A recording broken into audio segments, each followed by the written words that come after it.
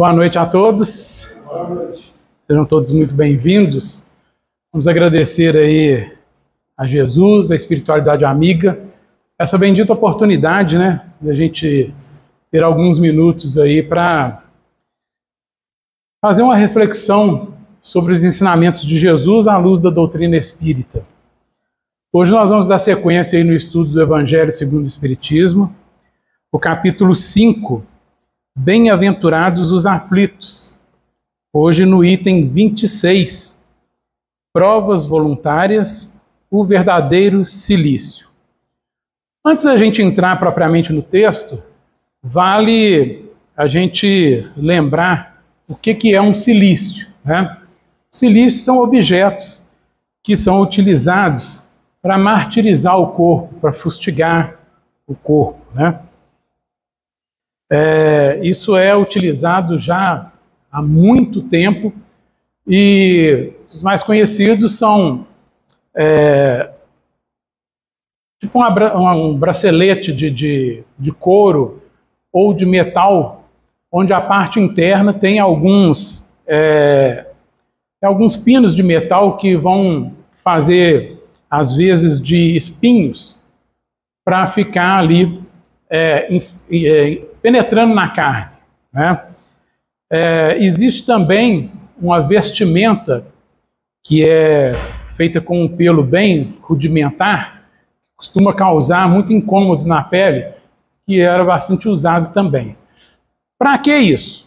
As pessoas usam essas coisas para se livrarem dos pensamentos perniciosos, né? E para purificar a alma. Essa é a crença das pessoas que se utilizam desses objetos, né? E, com o passar do tempo, o ser humano foi adaptando esses objetos aí. Então, a gente passa a ter chicotes que são usados, né? As pessoas vão chicoteando as costas. Tem uma madeira que parece uma palmatória, que também a pessoa bate nas costas, bate nas pernas. Tudo isso para ela não ficar com pensamentos pecaminosos e tentar a purificação. Daí vem a pergunta: esse tipo de coisa faz sentido? Quando Jesus diz que bem-aventurados são os aflitos, as pessoas, elas devem aumentar a sua aflição para se tornar mais bem-aventurados? Então é para responder essas questões das provas voluntárias que as pessoas se permitem, né, e os cilícios, que o texto, que é ditado aí por um anjo guardião, foi ditado em Paris em 1863, esse texto vem trazer a resposta para essas perguntas. E ele começa da seguinte, falando... Mas esse cilício teria alguma relação com o cilício da tabela periódica? Não. Aí é um elemento, é outra coisa. É um objeto chamado cilício. Infelizmente, né, na nossa língua, muitas vezes nós utilizamos a mesma palavra para significados completamente diferentes, né? Quando eu falo casa, por exemplo, a gente pensa em residência, mas eu posso estar falando da abertura onde o botão da camisa passa, né? Então a gente usa a mesma palavra. A gente tem isso, mas esse é um objeto específico para se autotorturar, tá?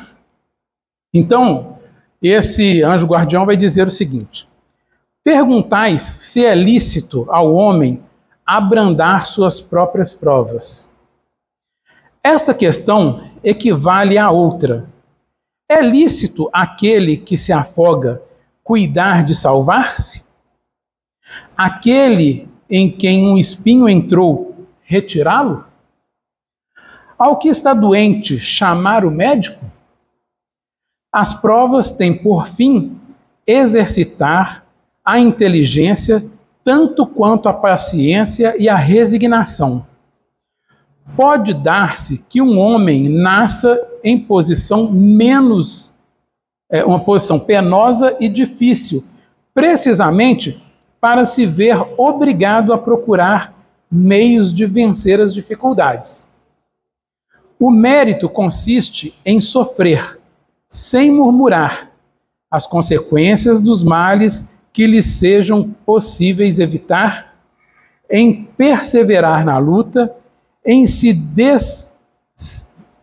não desesperar, se não é bem-sucedido, nunca, porém, não negligencia, que seria mais preguiça do que virtude. Então, o que ele está dizendo aqui para a gente? Sim, nós podemos, fazer um esforço para abreviar os nossos sofrimentos, as nossas aflições. Isso é lícito. E isso, muitas vezes, faz parte do nosso adiantamento. Muitas vezes, um sofrimento vem para tirar a gente da zona de conforto, para obrigar a gente a procurar soluções para aquele sofrimento que vai fazer a gente avançar, evoluir. Então, claro que isso é muito positivo. Mas ele diz aqui também que, além disso, que vai, de certa forma, ativar a nossa inteligência, essas provações, elas também servem para testar a nossa paciência e a nossa resignação. Por quê? Nem todo sofrimento que nós vamos passar por ele é possível a gente abrandar. Tá? Tem coisas que são expiações que nós precisamos passar por elas por conta de toda uma série de atitudes que nós tivemos em vidas passadas. Então nós vamos ter que passar por aquilo. Tá? Mas nós não podemos negligenciar e ficar de braço cruzado, porque nós não sabemos das provações que nós temos, quais são as que estão ali para nos fazer adiantar e quais são aquelas que nós estamos passando para resgatar alguma coisa. Em algumas situações, uma mesma provação pode servir para as duas coisas, inclusive. Então, como a gente não sabe, não tem como diferenciar uma da outra, nossa obrigação é sempre procurar meios de abrandar esse sofrimento. Se não for possível, se for uma provação que a gente tem que passar por ela, tudo bem. Resignação. Mas a gente vai tentar, a gente não vai ficar de braço cruzado esperando as coisas, deixando as coisas acontecerem sem procurar alguma coisa. Tá? E aí ele segue dizendo aqui, essa questão dá lugar naturalmente a outra, pois se Jesus disse, bem-aventurados os aflitos, haverá mérito em procurar alguém aflições que lhe agravem as provas por meio de sofrimento voluntário? Então, é aquela questão que eu coloquei. Nós podemos procurar sofrimento voluntário para agravar as nossas provações, já que agravando as nossas provações, nós seremos mais bem-aventurados, porque os aflitos são bem-aventurados? E o que ele responde aqui? Isso responderei muito positivamente. Sim, há grande mérito quando os sofrimentos e as privações objetam o bem do próximo, porquanto é a caridade pelo sacrifício, não quanto os sofrimentos e as privações somente objetivam o bem daquele que a si mesmo as inflige, porque aí só há egoísmo por fanatismo. Então, sim, nós podemos, se quisermos, aumentar as nossas aflições, desde que elas sejam feitas em prol de uma outra pessoa, para diminuir o sofrimento do próximo. Então, isso é bem agradável a Deus. Mas esses sofrimentos, onde a pessoa não está fazendo bem para ninguém, isso não faz sentido. Isso ele chama aqui de egoísmo por fanatismo. Tá? Nós não vamos nos livrar dos maus pensamentos ou das más atitudes com esse tipo de suplício. Nós, inclusive, temos ferramentas muito mais poderosas para poder enfrentar esse tipo de coisa do que chicote, e silícios e essa monte de coisa que a gente usa para se autotorturar. Autoflagelar. Aí ele diz aqui: grande distinção cumpre aqui se faça pelo que vos respeita pessoalmente, contentai-vos com as provas que Deus vos manda, e não lhes aumente o volume, já de si por vezes tão pesado, aceitá-las sem queixume, e com fé, eis tudo o que de vós exige ele. Então, o que ele está falando aqui? A princípio, a única coisa que Deus pede de nós é para que nós possamos enfrentar os nossos próprios sofrimentos com fé, coragem e resignação. É isso que ele nos pede. Por quê? Porque esse sofrimento nada mais são do que o efeito daquilo que nós fizemos em vida passada e que nós precisamos resgatar. Então nós infringimos a lei veio nos cobrar e nós precisamos enfrentá-la com resignação. É só isso que ele pede. Tá? Agora, se nós queremos aumentar o sofrimento, então que seja em prol de uma outra pessoa, tá? Para que seja válido. Não temos essa necessidade, Deus não cobra isso. Mas, obviamente, que estudando principalmente o Espiritismo, nós entendemos que esse tipo de coisa vai fazer o quê? Vai nos fazer adiantar mais rápido, na senda da evolução. Então, se eu me sinto em condição, né, de me colocar em sofrimento em prol do próximo, que eu faça, que eu vou acelerar a minha evolução. Se eu acho que eu ainda não estou em condição, ok, não tem problema nenhum. Vamos trabalhar para quê? Para conseguir, né, com resignação, suportar as provas que nós já temos. Prova essas que nós acordamos lá no plano espiritual. Tá? Não tem nada imposto. Nós conversamos, entendemos tudo que nós fizemos de errado, tudo que nós precisamos resgatar e aceitamos esse resgate na nossa encarnação. Então, nada mais justo do que aceitar com resignação, porque fomos nós que aceitamos isso. Tá? Qualquer provação que nós tenhamos que passar, e no plano espiritual eu digo que não estou preparado, que eu acho que eu não estou preparado para ela, não tem problema, você não vai precisar, você vai ter outras provações. Essa pode ficar para uma outra encarnação. Deus tem a eternidade inteira para esperar a gente. Então, não é fiz nessa vida, na seguinte eu tenho que pagar. Não. Isso é uma conversa do plano espiritual que eu vou ter e vou chegar à conclusão se eu tenho condição ou não de passar por aquela provação. Então, às vezes a pessoa não tem, ela vai evoluindo até chegar o dia que eles vão falar assim, ó, lembra lá atrás, aquilo que você fez, tá aqui, a dívida está aqui. Como é que é? Já está pronto para pagar? Aí você fala, tô. Aí você vai, vem com encarnação para cumprir aquilo ali. Tá? Seguindo aqui. Não enfraqueçais o vosso corpo com privações inúteis e macerações sem objetivo, pois que necessitas de todas as vossas forças para cumprirdes a vossa missão de trabalhar na terra. Torturar e martirizar voluntariamente o vosso corpo é contravir a lei de Deus, que vos dá meios de sustentar e fortalecer. Enfraquecê-lo sem necessidade é um verdadeiro suicídio. Usai, mas não abusai, tal a lei. O abuso das melhores coisas tem sua punição nas inevitáveis consequências que acarreta.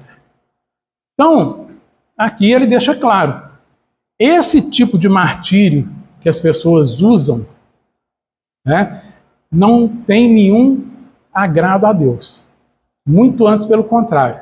Muitas vezes a pessoa está enfraquecendo o corpo, um corpo que nos é dado com a força suficiente para suportar as provações que nós temos nessa encarnação. Então não tem ninguém com um corpo forte demais ou fraco demais diante das provações que tem. O corpo, ele tem a força necessária para que a gente encare essas provações. Mas se eu enfraqueço o corpo, eu começo a criar um problema. Então isso não agrada a Deus de forma alguma. E é bem interessante a gente estar com esse tema hoje, que é aí a primeira terça-feira pós-carnaval, e a gente está exatamente na quaresma, né? Estamos iniciando a quaresma, que é uma data em que as pessoas gostam de fazer isso já de uma maneira mais moderna, né? Então a pessoa deixa de beber, deixa de fumar, deixa de comer carne 40 dias, deixa de tomar café, de comer chocolate, uma série de coisas que a pessoa passa 40 dias sem fazer, ou por cultura, porque se acostumou com aquilo, ou porque fez algum tipo de barganha com Deus, né? Vou fazer isso aqui para Deus me dar tal coisa. E aí essas coisas não acontecem só na quaresma, né? Na quaresma a gente ouve falar mais. Mas tem muitas pessoas que fazem essas promessas, né, durante outros períodos da vida em que precisa de alguma coisa. Então adoece, vou fazer uma promessa de ficar não sei quanto tempo sem fazer tal coisa, para ver se consigo a cura. Isso tudo que é pensado no bem próprio, isso não tem valor nenhum. Tá? E aqui, gente, não é uma crítica não, tá? Por quê? Eu sei que mesmo no ambiente espírita, existem muitas pessoas que, por cultura, seguem essas tradições. Ok? Não tem problema. O problema, muitas vezes, até bom. Tá? Se a pessoa para 40 dias de beber, vai fazer muito bem para o corpo dela. Se ela passa 40 dias sem fumar, vai fazer muito bem para o corpo dela. Mas a ideia não é essa. Tá? A ideia é que a gente esteja trabalhando em prol do próximo. Então, você tem o costume de fazer isso, procure fazer alguma coisa pelo próximo também. Tá? Não fique só nisso, porque isso não vai resolver nada.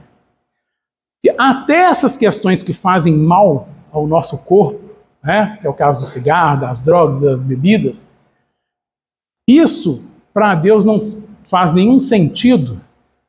Por quê? Para Deus só vai fazer sentido quando nós estivermos lutando contra os nossos vícios, contra os nossos defeitos, contra os nossos crimes. E quando a pessoa chega na quaresma e fala que vai ficar 40 dias sem beber, por exemplo, ela não está lutando contra nada. O lutar é entender que tem um vício e procurar se livrar dele. Então eu vou ficar 40 dias sem beber, e aí, passou os 40 dias, eu volto a beber de novo. Então, né, não faz o menor sentido isso. Faz sentido eu parar de beber hoje, eu fico uma semana sem beber, aí na outra semana eu não dou conta, vou lá e bebo, mas eu entendo que eu não devo beber, então eu paro de novo, eu falo, não, bebi, errei, caí, mas eu vou começar tudo de novo. Começa do zero, fica 2, 3 semanas sem beber, aí bebe na outra semana, e isso é agradável a Deus. Por quê? Aí tem a mostra que nós estamos lutando contra os nossos vícios. Que não é o caso da quaresma. Vou ficar 40 dias sem fazer isso aí. Então, você está lutando contra nada nesse caso. Júlio? Na quaresma, o time, o Gladstone, muitas pessoas chamam de martírios, são profetas. Qual é a colocação desses martírios que são profetas? Aí a gente precisa entender de onde que vem essa canção. É uma canção católica? Porque se é uma canção de fundo católico, então já está justificado. Os católicos, principalmente, usam muito do martírio. E o martírio é um troféu, porque eles realmente acreditam que, através do martírio, eles vão se livrar dos pensamentos negativos, dos pensamentos ruins, e vão purificar o corpo. Então, se eu estou purificando o corpo, é um troféu. Mas esse não é o pensamento espírita. O espírita, ele não olha por esse lado. Então, o espírita, eu tinha e gratidão, tinha nisso. Tá. Igual eu estou falando, precisa ver de onde que eles tiraram isso. Porque tem muitas músicas que são cantadas no Espiritismo que vêm do catolicismo. Então isso justificaria. Sendo espírita, aí eu precisava ver a letra toda da música para poder ver exatamente, conseguir interpretar tudo que está sendo dito ali, mas a princípio, para mim, não faz sentido dizer que o martírio é um troféu. A não ser que seja esse martírio que está sendo falado aqui. O martírio em prol do outro. Se a música fala disso, ok, é um troféu. Tá? Se é o martírio do meu corpo, pelo meu corpo, para o meu próprio prazer, aí não faz sentido. Só um minutinho, pode ir. Ele traz muito, ele fala muito sobre oferecer sacrifício, ele é agradável ao Senhor. Apesar aí, a tradição dos sacrifícios, por exemplo, as pessoas entendem que é um sacrifício para elas, para ficarem na sua vida durante 40 dias, e oferecem esse sacrifício, essa falta a Deus. Não é isso? Agora, essa questão poderia ser comparada também ou unida ao fato da contemplação. Não. As pessoas também que se colocam numa situação de, por exemplo, da clausura. A clausura é um sacrifício. Aí a clausura é contemplação. Veja bem, o que a gente precisa compreender, o Velho Testamento são textos direcionados para uma sociedade num período específico, que eles precisavam daquilo ali para serem controlados. Então você tinha um Deus, inclusive vingativo. Tá? Esse era o Deus que precisava para controlar aquele povo. E tudo bem, era necessário naquele momento. Para nós, tá? Quem estava lá éramos nós. Então nós precisávamos disso naquele momento. Mas nós evoluímos. Então nós chegamos num momento em que essas coisas não fazem mais sentido. Tá? Então nós compreendemos que hoje em dia nós não precisamos mais disso. Tá? Nós compreendemos hoje em dia que a contemplação, a dita contemplação, também não vai nos levar a lugar nenhum. Ok? Essa compreensão é que nós estamos chegando nela. É por isso que o Espiritismo veio para abrir as portas do esclarecimento dessas coisas que até então a gente não tinha capacidade para compreender. Mas agora a gente tem. Então, ok, nós não vamos condenar as pessoas lá atrás, que éramos nós mesmos fazendo isso, porque era a cultura daquele momento. Mas hoje, nós estamos num outro estágio. Nós precisamos começar a entender e praticar aquilo do jeito que está sendo passado para a gente. Não é contemplação, não é sofrimento, é trabalho em prol do próximo, é caridade. Fora da caridade não há salvação. Essa é a nossa regra de espírita. Tá? Tudo que fugir disso não faz muito sentido. Sim?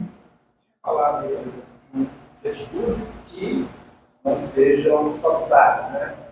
Por exemplo, aí essas atitudes elas podem criar alguma coisa no perispírito, ou fazer que a pessoa perca aí algum fluido, sei lá, uma parte do fluido cósmico, fluido universal, sei lá como chama.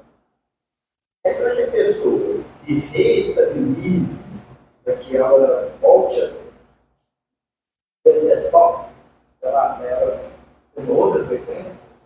Não sei se foi essa colocação que você tentou fazer no período da quaresma aí, a pessoa deixa de.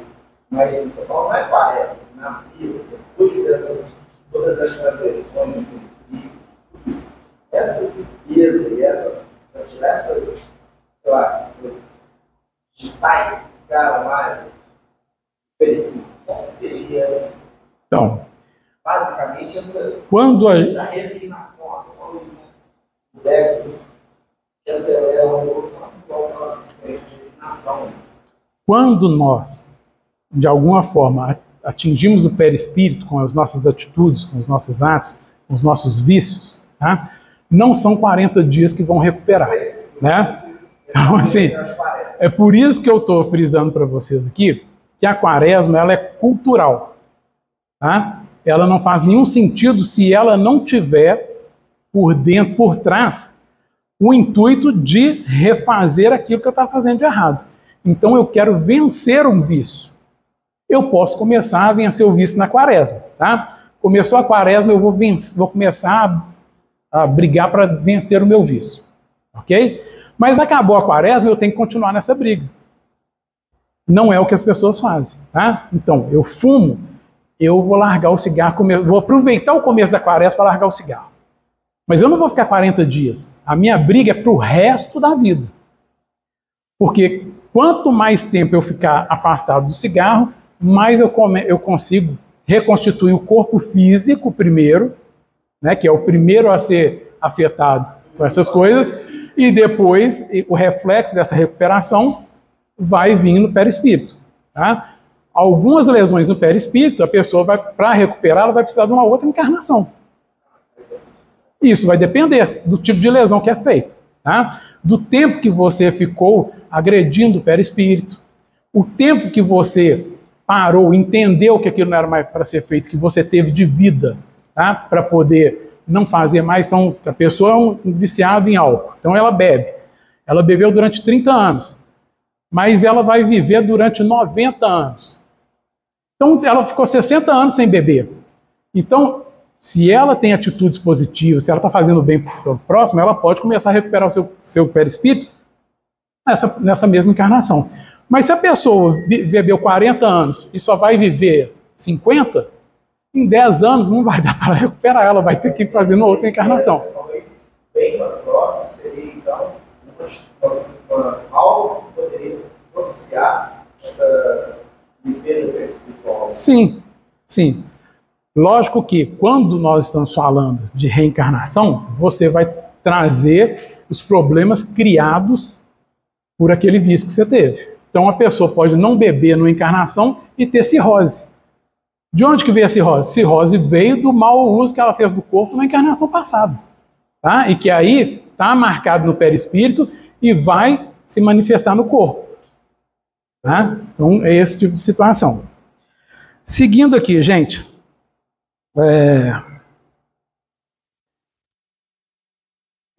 Então ele vai falar aqui para a gente não abusar, né, do corpo físico, com essas coisas que não fazem sentido. Nós precisamos, então, sempre estar procurando fazer o bem ao próximo, que o sofrimento tenha como resultado o bem do próximo, que ele vai dizer aqui. Muito diverso é o que ocorre quando o homem impõe a si próprio sofrimento para o alívio de seu próximo. Se suportardes o frio e a fome para aquecer e alimentar alguém que precise ser aquecido e alimentado, e se o vosso corpo disso ressente, fazei um sacrifício que Deus abençoa. Então, eu passo fome, eu passo frio para prover o meu irmão que está nessa situação. O meu corpo vai se ressentir disso, mas eu estou fazendo isso para ajudar o outro. Então, para Deus, ele vê com bons olhos, né? Ele abençoa. Vós que deixais os vossos aposentos perfumados para irdes à mansarda, que é como se fosse uma maloca, tá? Infecta, levar a consolação, vós que sujais as mãos delicadas, pesando chagas, vós que vos privais do sono para levar a cabeceira de um doente, que apenas é vosso irmão em Deus, vós, enfim, que despendeis a vossa saúde na prática de boas obras, tendes em tudo isso o vosso cilício. Verdadeiro e abençoado cilício, visto que os gozos do mundo não vos secaram o coração, que não adormecestes no seio das volúpias enervantes da riqueza, Antes vos constituístes anjos consoladores dos pobres desvelados. Então é isso que Deus está pedindo para a gente, se a gente quer aumentar o sofrimento, que faça em prol do próximo. Tá?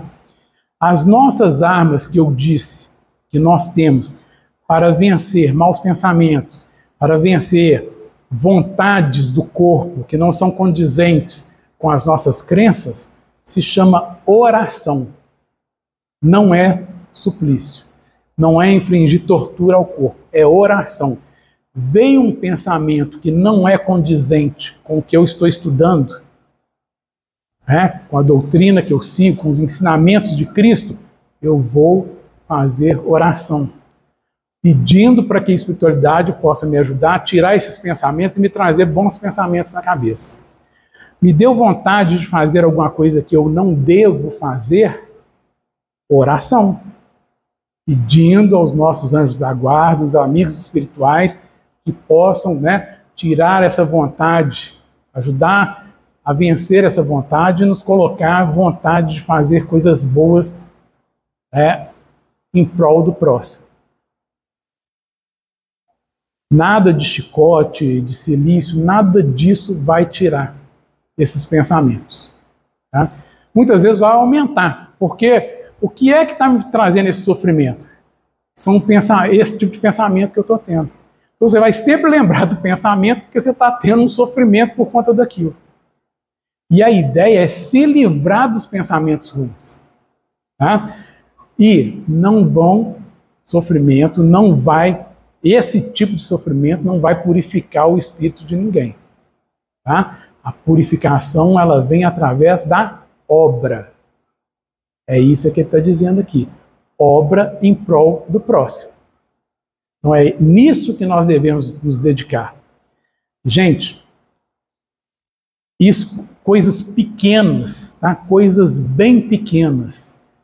Se você está lá na quaresma, você pode, por exemplo, se propor durante a quaresma, vai dar aí em torno de 6 semanas, uma vez por semana eu vou fazer uma visita num leprosário, num asilo, numa creche, num hospital, uma vez por semana.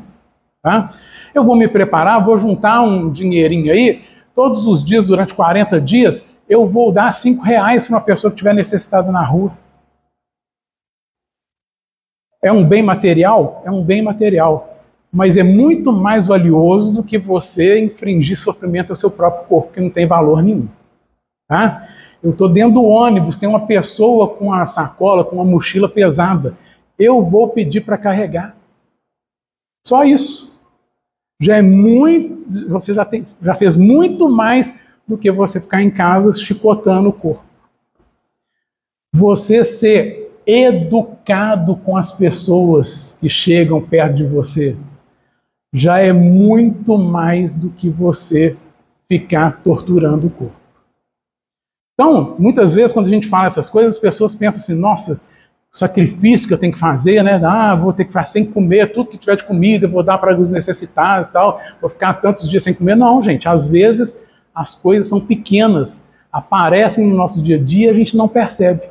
Um pequeníssimo sacrifício que a gente vai fazer em prol do outro, que é muito mais benéfico do que 40 dias fazem qualquer coisa. Um dia que você faça isso no ano, vale mais que qualquer 40 dias deixando de fazer qualquer coisa. Tá? Para a gente finalizar, então, aqui, ele termina dizendo o seguinte: vós, porém, que vos retirais do mundo para lhe evitar as seduções e viver no isolamento, que utilidades tende na terra? Onde a vossa coragem nas provações, uma vez que fugis à luta e desertais do combate? Se quereis o cilício, aplicai-o às vossas almas, e não aos vossos corpos. Mortificai o vosso espírito, e não a vossa carne. Fustigai o vosso orgulho. Recebei sem murmurar as humilhações. flagiciai o vosso amor próprio, enrijai-vos contra a dor da injúria e da calúnia, mas pungentes do que a dor física. Aí tendes o verdadeiro cilício, cujo feridas vos são contadas, porque atestarão a vossa coragem e a vossa submissão à vontade de Deus. Então, quando a gente quiser, né, acelerar o nosso adiantamento com sofrimento, que esse sofrimento seja voltado a outras pessoas. Nada de egoísmo, de achar que vai conseguir um melhoramento, né, infligindo dores ao próprio corpo. Isso não faz nenhum sentido, tá, gente? Então, essa é uma boa reflexão para a gente levar para casa, principalmente aí durante a Quaresma. Queria agradecer essa oportunidade e nós vamos ficar agora com o Valdir, que vai dar seguimento aí ao estudo do Livro dos Espíritos.